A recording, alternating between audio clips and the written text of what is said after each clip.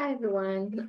In this video, I'm going to talk to you about a topic that I'm kind of going deeper on, which is about how Muslim doulas use religious and cultural discourses to bridge kind of biomedicine with indigenous midwifery knowledge.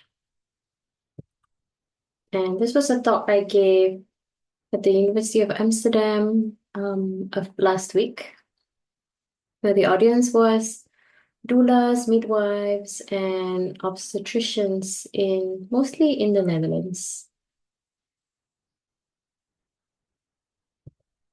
So I'm using some data that I obtained during my PhD. For those who are not familiar with the context, I showed them a picture of Singapore about 100 years ago. And these are the traditional midwives known as bidan, who used to care for women at home from the 7th month onwards. These photos show some postnatal practices. On the left, you see a tunku or a warm compress. So inside that is a heated stone, and then it's used to place it over the abdomen to help the uterus involute and shrink back to its original size. And then on the right side, you see a modern form of a bengkong or belly wrapping. I think these photos are from Malaysia. Singapore today. And hospitals don't disappoint, of course. Singapore is very well known for its healthcare system. And I showed that in the main public hospital, where there's the biggest maternity ward, there are subsidized and private clinics. So both look great, right? Like on the left, you see it's very clean and efficient. On the right, it looks almost like a hotel lobby. And Malay women make up about 40% of those who attend the clinics on the left, which are the subsidized clinics. Now, in the last 20 years, there's a growing movement of natural or gentle childbirth in Singapore. The first Muslim doula was trained in 2012, and there has been, until now, a relatively larger proportion of Muslim doulas. So about 25%, whereas the Malay population is about 13 or 14%. In 2016, there was a Amani course, which is a doula education course that was specifically designed with the Islamic spiritual worldview in mind. And of course, the Muslim doulas are also trained with under international doula curricula, such as from DONA, Doulas of North America, and Childbirth International. But because they share the same religion and culture with Malay women, Muslim women, this creates rapport between them. And therefore, when they use certain concepts or discourses, then there's a mutual understanding. The Muslim doulas tend to serve a niche market just for Muslim couples. So some of the theories that I use in thinking about this is the concept of authoritative knowledge from Bridget Jordan, which knowledge is considered to be legitimate and a voice of authority. And then also from Michel Foucault, the idea of the power-knowledge nexus and subjugated knowledges. So there were some knowledges that were through time, through different processes like capitalism, colonialism, these knowledges were subjugated, like they were hidden. And then now what's happening is that these old knowledges are coming up again, but in a slightly different form. So I argue that the Muslim doulas are able to do this. So unearth these hidden older knowledges for a new purpose. And I hear there's some literature that you can, if you're interested, you can read more about that, about how there are usually in the literature, they talk about non-Western countries as sites for contestations between Western biomedicine, ethnomedicine, which means ethnomedicine is like traditional Chinese medicine, Ayurveda, um, herbalism, and so on. So first, I will look at these religio-cultural discourses. First, we have ancestral stories. So one of the doulas I interviewed, Nafisa, all names have been changed, not her real name. She describes her grandmother's birth. She was cooking using a coal stove, like squatting. Then she had a contraction, and then suddenly the head was out. So this picture is from Cambodia, but I was trying to illustrate the idea of this coal stove, how it's very low to the ground. You would have to be squatting to use it, like how this woman is squatting. So she uses this idea that, I mean, another doula also said this idea of being able to birth naturally as fitra, or the innate disposition of human, of a human, or in this case, a female human. So in the childbirth education courses, they also use a holistic discourse. So they say that a woman's body is built to birth naturally. But the Muslim doulas add this concept of fitra, which emphasizes the body as a perfect or divine creation. And the ability to give birth is a God-given ability. Another doula, Asna, said, I think that's our fitra. We are meant to do it naturally. If medical interventions are a necessity, then many years ago, there would be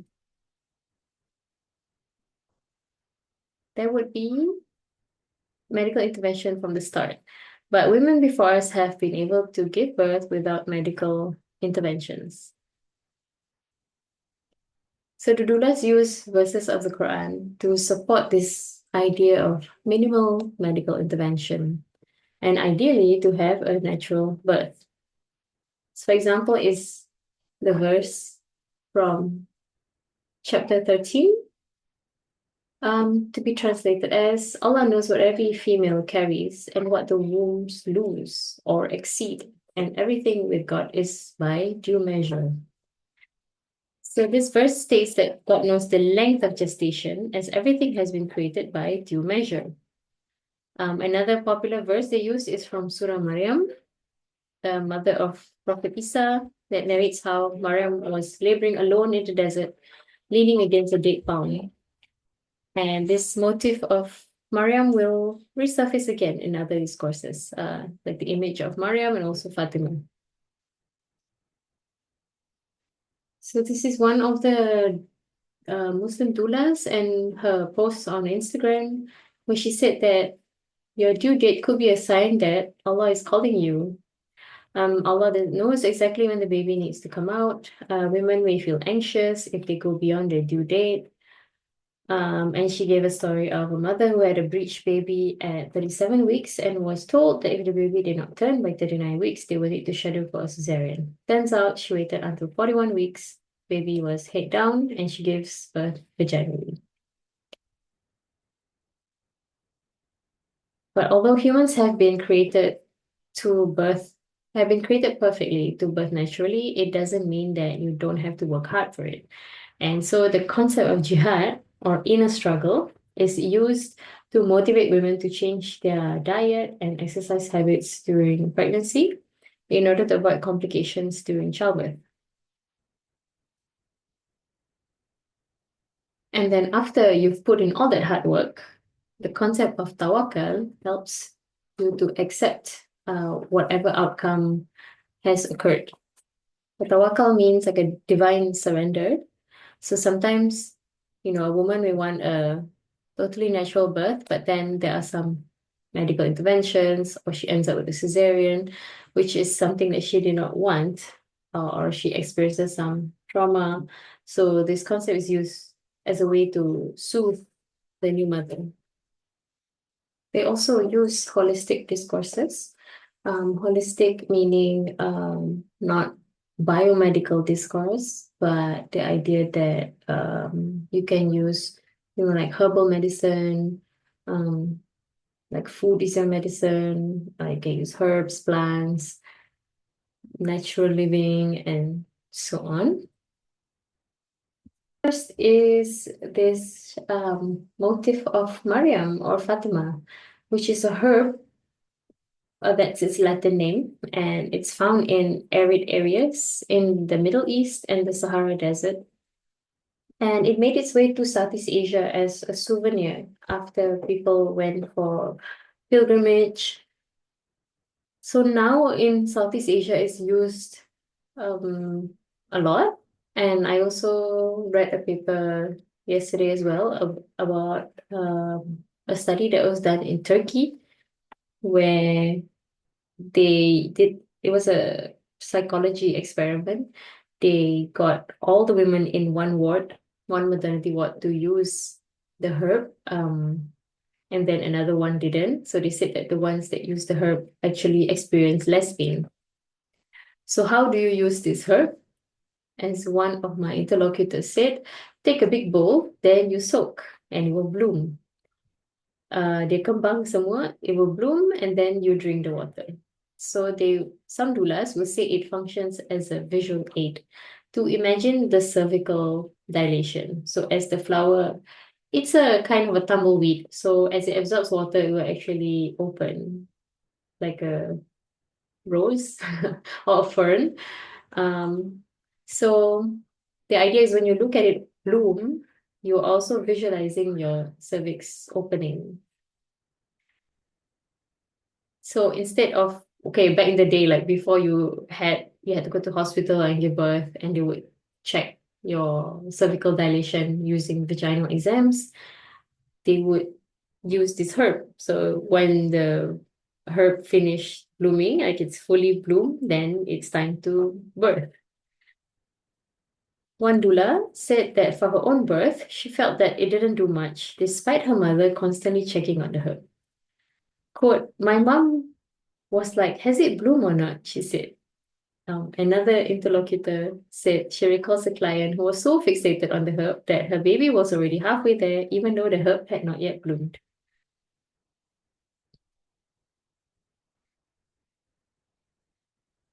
Next, the promotion of green smoothies as a way to get in extra vitamins and also limit weight gain.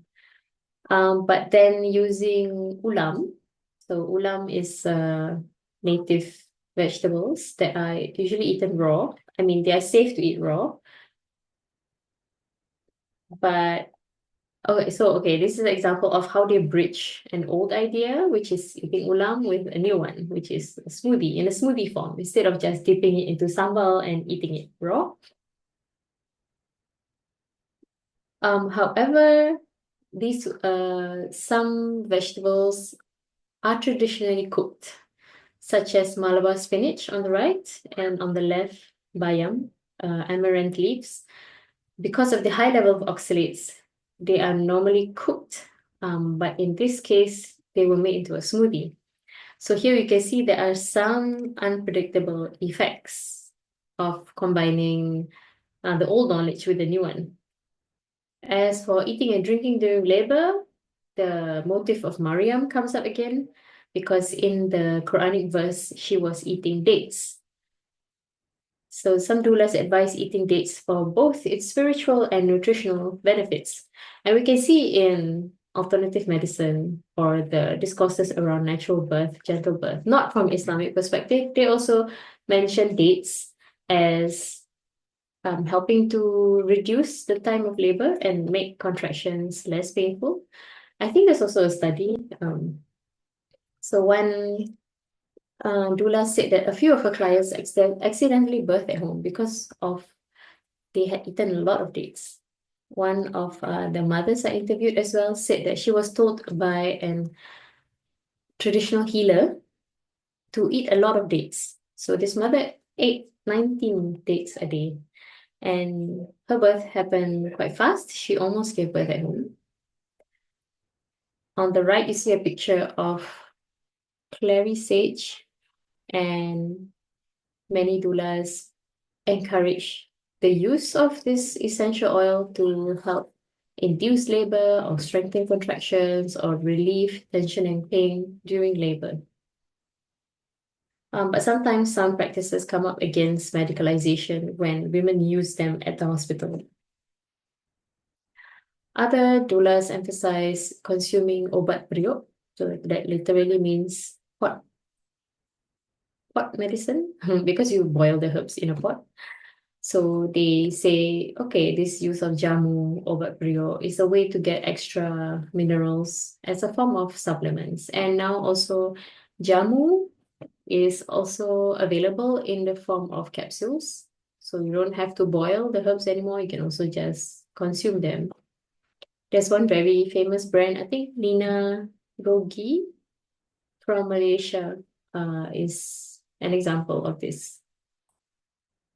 Also, bengkong belly wrapping. So the picture on the left is how it's tied traditionally with the knots from down to up. And this is also gaining popularity in the Western world.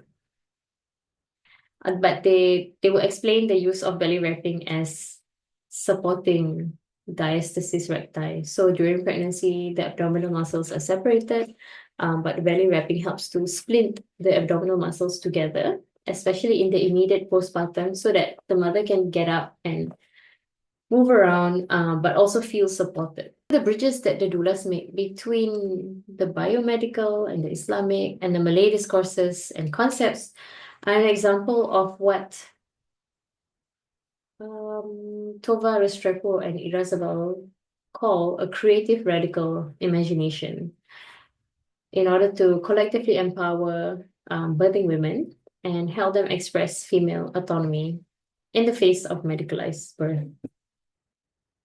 So I would say that, using these cultural narratives, religious narratives, to promote natural birth does create a sort of new institution, new social forms, and new identities. During this presentation, I had someone ask me a question about, let me go back to the picture, about this. Am I not romanticizing this kind of ancestral story? And my answer to that was, it's not used in the same way. We are not saying, the doulas are not saying that women should cook on a coal stove and they should squat, because the old ways were superior. Here I see that the doulas use a very specific story, which is the cooking at the coal stove, in order to bring out the importance of physical movement and certain positions. So in the childbirth education that they give, they across, I mean, not just the Muslim doulas, but just across all kind of midwifery knowledges and traditions, they would say squatting is very good. In fact, I think, was it Ina May's book, Spiritual Midwifery? I think she recommends like doing, was it 100 squats a day, 300 squats a day, and then you'll give birth easily. So they combine this idea of, yes, squatting is very important and good for a good position for you to labor in. And then you combine it with this ancestral story of cooking on a coal stove, because you are squatting when you cook at a coal stove. So they combine the two discourses specifically to encourage women, yes, to keep moving, to adopt certain positions which are good for labor. That's it. Thanks, and see you in the next video.